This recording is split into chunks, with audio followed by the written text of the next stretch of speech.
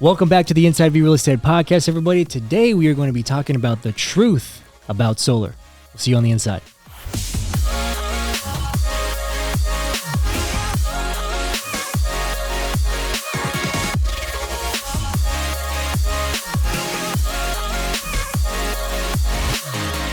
Good morning, good afternoon, and good evening, everybody. I am your host, Josh Zuniga, and I am here with a special guest today. I'm here with Alex. He's happened to be my neighbor. It's true. And guess what, guys? He actually owns his own solar company, Arizona Solar Brokers, correct? That's it. Yeah, wonderful, Alex. Tell everybody how long you've been in business and how you got started in solar. Give a little background about your history. Yeah, so we've been doing this for almost 16 years. So I've done a bunch of different things. You've been in this from the start then, huh? Long time, man. We moved to Arizona 5 years ago. Okay. And we really learned that APS, it's the land of milk and honey for solar. Absolutely. Big time. I believe it. So were you in a different state, working with the solar? Started in Vegas. Okay. Yeah, so before solar, I owned a direct TV company. Right. And then cell phones got involved in that, and that turned out to be not so great anymore. Okay. Solar became the new frontier. Okay. Well, that's good, man. Well, I'm happy to have you on the show. And this is for everybody, obviously going into the summer months. Everybody's utility bill, APS bill, SRP bill is on the rise. They're going to start seeing those $300, $400, $500, maybe $800, maybe $1,000, APS bills. It happens, man. Those it big does, houses and out. It does. Yeah, that's crazy. Yeah, and I know that my family has done solar. You and I have talked about doing solar. So let's just talk about. I'm an individual that's looking to consider, putting solar on my house. I know there's a lot of individuals that get the door knocks, you get the flyers, you get the phone calls. So what is the process, if somebody's even considering about getting solar, where would they even start? How would they do this? I mean, like you said, there's so many ways to get a hold of solar companies. I'd say probably 75% of my sales come from customer referrals. Okay. So I do a lot of customer follow-up. We have gifts, things like that we'll send out. Right. A lot of that kind of thing. If someone's just looking for it, Nextdoor is a good app. People will say, hey, I got solar from so-and-so. Okay. That's a great one. Call me. That'd be the best one. That'd be a really good one. There you go. But it's not hard to find. I mean, I think in Phoenix, there's 400 solar companies. Oh, so wow. 400. There's a lot of them, man. There's a lot of sun here in Arizona, I heard. Yeah, I think we have the most sun in the whole country. It's 320 days a year of sun. Absolutely. It's nuts. Yeah, it's better than having clouds and rain like Seattle, huh? It's better. Bring it with the sunshine. Absolutely. So if I've got a referral, you and I had a phone call, you and I are sitting, at our dinner table or, sure, yeah. In our kitchen. Wherever you guys are comfortable. So tell me what you would be presenting to either a client or myself about what the next steps would be for solar. And if it's something that I'd be interested in, because a lot of people are going to come down to the numbers and what it's going to cost. So what is that breakdown and how do you input the value into the individual sitting at that table? Yeah, and that's hard, right? Because solar is such a expansive product. It could be short-term, long-term. There's so many reasons to do it. Okay. So it's really important for me when I meet with someone, we just chit-chat for a while. And I'll just ask them, hey, why am I here? Why do you even want to get solar? What's going on? Mm-hmm. What's your situation? And really kind of figure out what their needs are. And then if you can tailor this to fit that, it's a win-win. But when I look at something like solar, there's so many misconceptions about it. Half the time people tell me, you know what, I'd love to get solar. I can't afford it right now. I come back in a year. I just started a new job. I'm saving up for this. I'm renovating my bathroom right now. There's so many reasons to hold off on it. Solar changed 6 years ago. Okay. They came out with these specific solar financing options. We can finance solar, no money down. So zero cost up front. There's no deposit. The installation's free.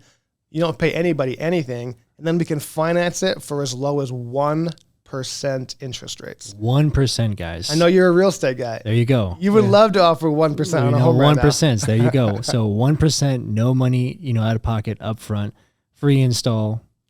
That sounds like an amazing deal. It's crazy. And I don't like to get political. I think all politicians are terrible, So for Biden, for example, when he got into office, he did two things really quick that were impactful. He closed down that Keystone pipeline We just talked about that a couple episodes ago. We're seeing gas prices right now. The whole thing in the Ukraine and Russia, that was about gas, right? Yeah. And then he rejoined the Paris Climate Accord. So I don't know if you know what that means, but it's pretty impactful. Yeah. And I'm not saying that's a good thing or a bad thing. As a solar guy, I'm pumped that he did it. Because what that means is, as a country, we've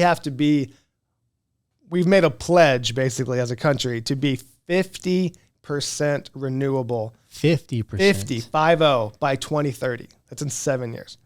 That's a lot. And we're nowhere close to that. Not even what? What would the percentage think? Maybe 10.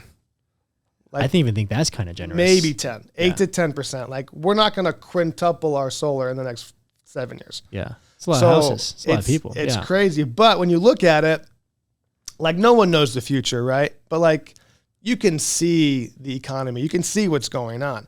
So right now, I mean, solar is growing, 1-2% a year, something like that. Okay. We're not going to get to 50. So right now, the governments, they're trying to incentivize it. Like, they're making solar so easy. They're making it, I hate to use the term a no-brainer, but it really is, man. Like, there's no money down. It's a 1% finance. If you move, it's fully transferable. You don't have to pay it off. You're saving 25, 30% on your APS bill on day one. Like, it's an incredible product. And it didn't used to be that way. So many people I talk to don't know the new option. So they're thinking, oh, it's expensive. This is not my forever home. If I move, I got to pay it off. It's not the case anymore. This is such an easy opportunity to get into. I think that in the next couple of years, those are going to go away because the government's going to say, look, we've been incentivizing this for years. Not enough people are doing it. So those carrots we've been giving out, those are going away. And the stick's coming out.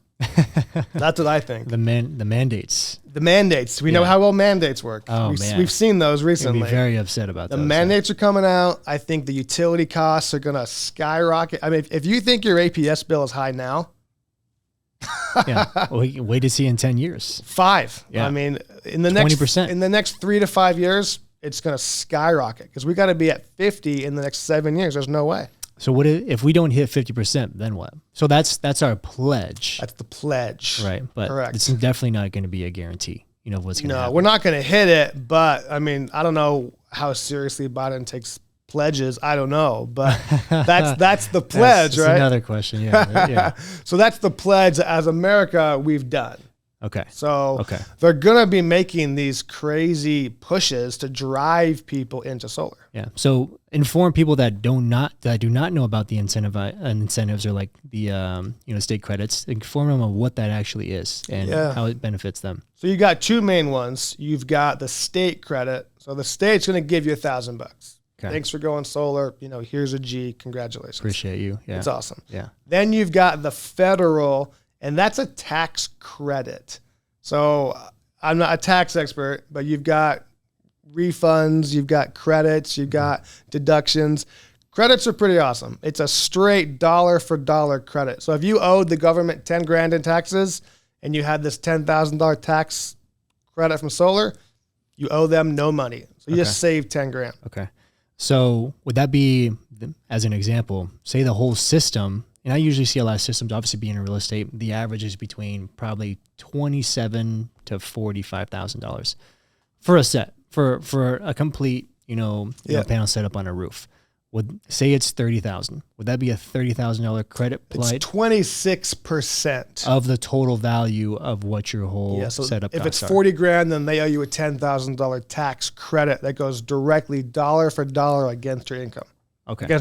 Against your tax liability. That's a huge win-win. It's massive. And this is what you're saying, like why it's such a no-brainer. It's crazy. And if you want to go a step further, you're borrowing this money at 1%. Yeah. And I'm not a CFP either. I'm just a solar guy. Yeah. But if you could borrow money at 1%, give that to your CFP where you're going to go earn 6, 8, 10, 12% for the next 30 years. I don't see how that's bad. Yeah. So let's break it down again. So no upfront cost. Nothing. 1% financing. No cost for install. Now, is this everybody or is this just you and what you offer? Are these all the solar companies offering this or is everybody different? There's a lot of options out there. Okay. So my company's been around for a while. We do good, clean deals. We have great numbers. We get some perks. Okay. Well, then obviously everybody needs to be talking to you. Obviously. Right. So that's why you're here. And that's why you're my neighbor. That's why I'm your guy, man. And making it happen. That's awesome. So inform me of this, right? So you've obviously done, say, a roof inspection to know exactly what's the size of the unit that you're actually going to be putting, on this roof. Let's talk about, the size of the unit, how you figure out how many panels are going to go on there, kilowatt hours, size of systems, that kind of good stuff. So whenever I meet with a new homeowner, we'll find out how many kilowatt hours their home is using. So let's say the average home uses 18,000 kilowatt hours. We can then build a system size that's going to produce that. Okay. So now we know, hey, you're using X amount of power. We're going to produce an appropriate amount for that.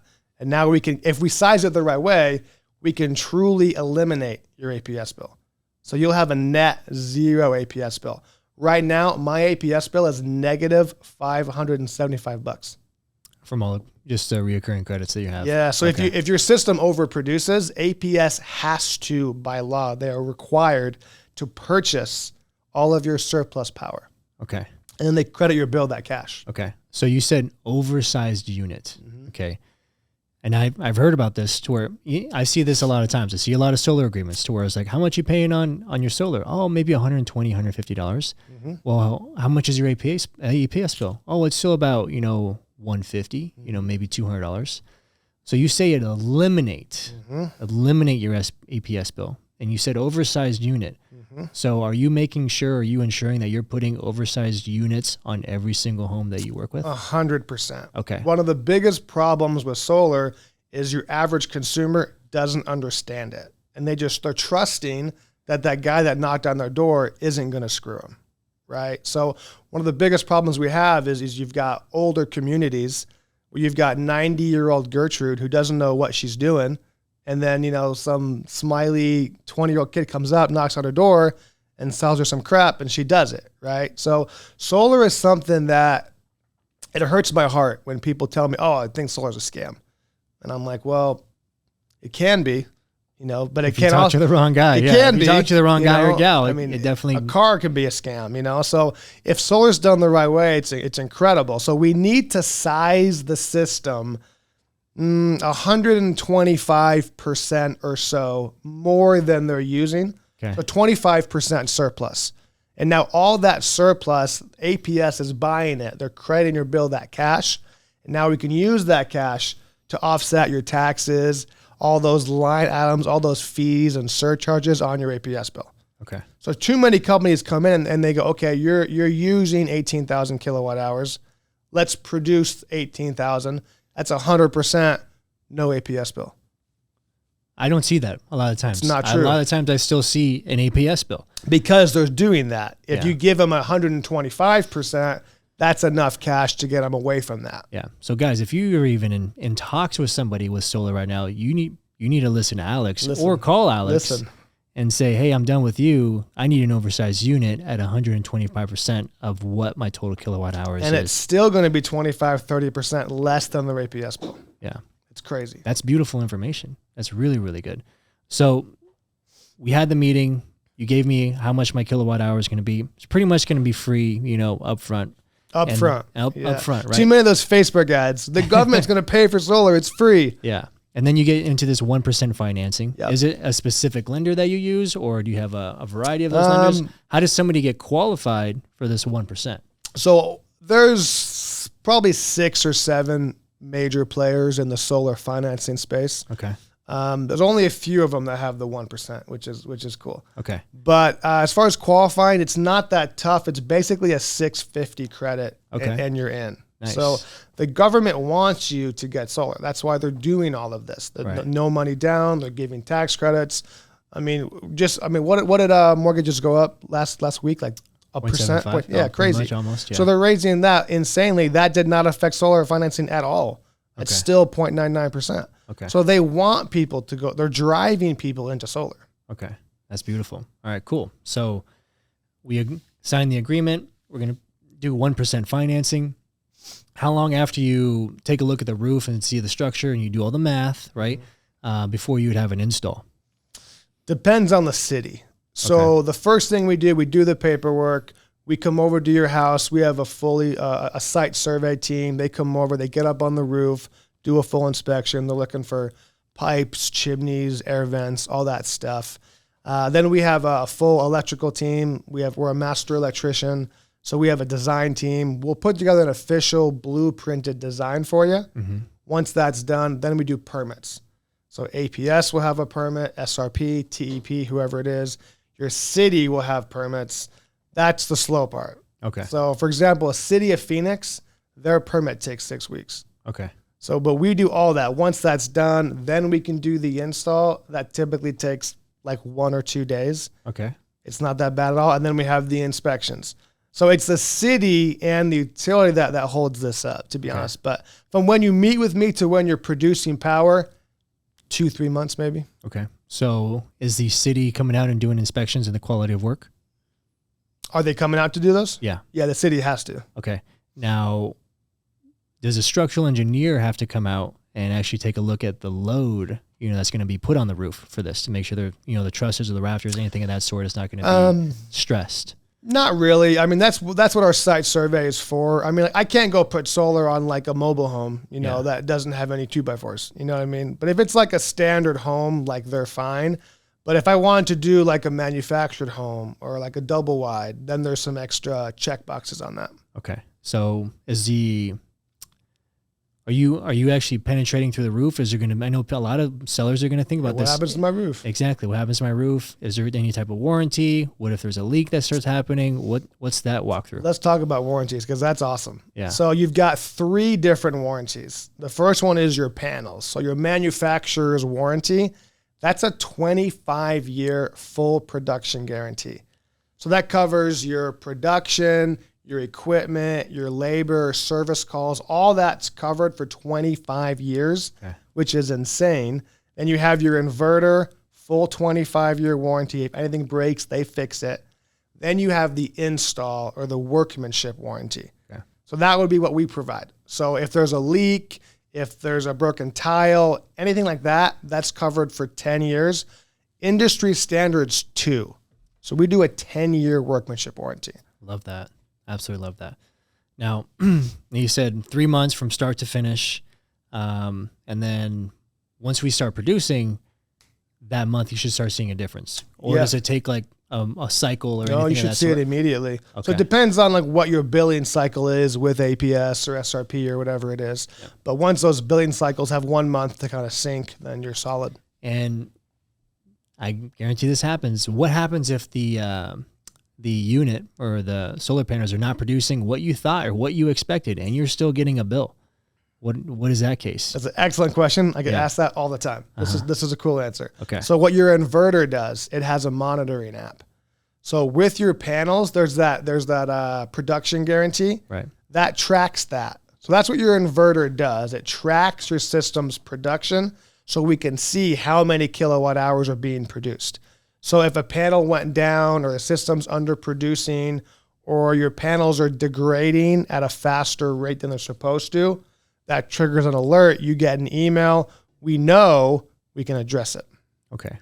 So there's some tech, involved in these panels. Yeah, it's significant. It's 2022. We got tech. Significant tech on that. And so all that's covered on the warranty. You come in and replace the panel. 100%. You get the email. If we don't respond to the email, do we get a phone call or how does that work? Yeah. So your inverter company emails you, the client, as well as us, the installer, and then we coordinate with you to schedule that service call. Okay. Beautiful. And that typically is 3 days. I mean, 5 days if we're really busy. Okay.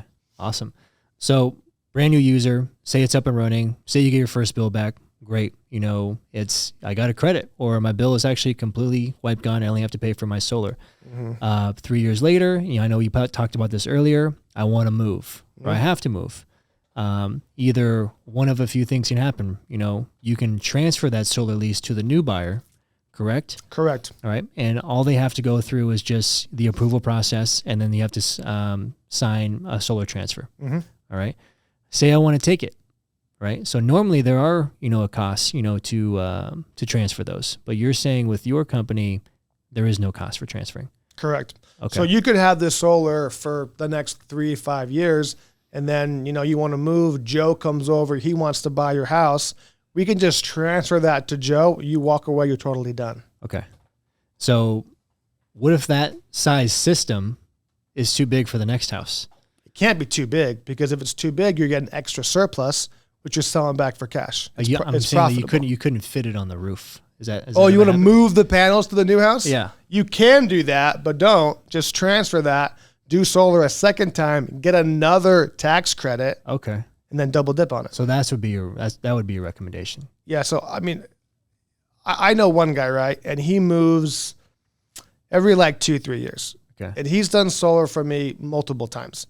And he keeps that tax credit. He puts it in his 401k. He's put probably $40K into his retirement accounts. Yeah. He just keeps on moving, buying a new house, moving, transfers the loan, new tax credit, invest it, boom, boom, boom.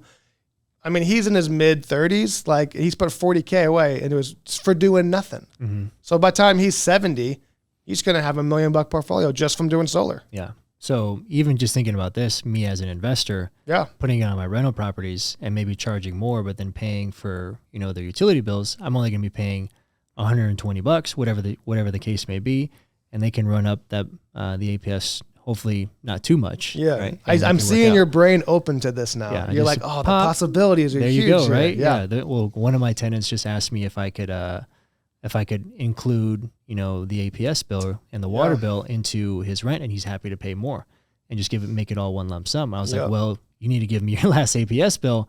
But that was only for the month of May. Yeah. June, we're coming in. I just had my AC service. That's different. Yeah. And he's, cranking it down to 73. Yeah. I was like, so I need to see what that bill is and see how it averages out for it to really make sense, financially. And then what am I going to charge him for, overall rent? Yeah. So renting's one of them, but let me tell you about this. So I know you do a lot of flips. You're a flipping machine right now. Yeah. So I know a lot of flippers, they'll be doing that. They'll buy solar.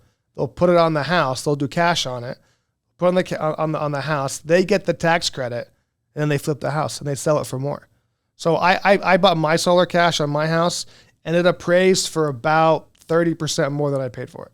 Okay. So buy it cash, throw it on there, keep that tax credit. If you did that 4 times in a year, you're rolling now. There's another good tip for all you flippers out there. If you're a home flipper and you're not putting solar on all your homes and keeping that tax credit, you're missing a huge opportunity. Yeah. That's good stuff there, brother. Thanks, man. That's really good stuff. That's almost like I know what I'm talking about. He didn't tell me this when we had a couple of drinks, just a week or two ago. I was focused on the hummus, man. Well, that's wonderful. So how do people get in contact with you? Yeah, man. Cell phone is best. Like any business owner, my cell phone is tied to my hip at all times.